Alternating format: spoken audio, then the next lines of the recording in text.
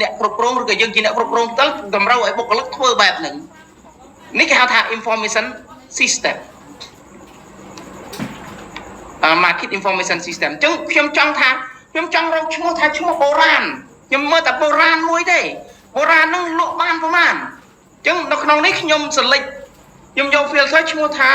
សំទោសជាបុរាណហ្នឹងខ្ញុំ select លើឈ្មោះថាជាបុរាណមួយទេអញ្ចឹងជាបុរាណខ្ញុំចេញមកតែជាបុរាណតែមួយទេនេះតែមួយទេ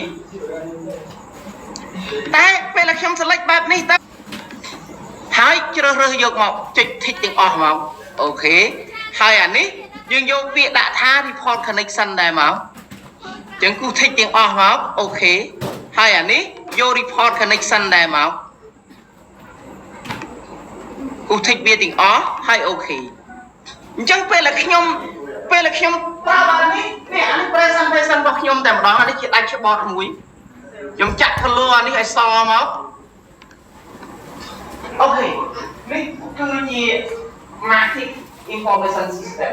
ខ្ញុំអាចធ្វើជាបទបង្ហាញមួយថាឈ្មោះអាបាក់នេះណ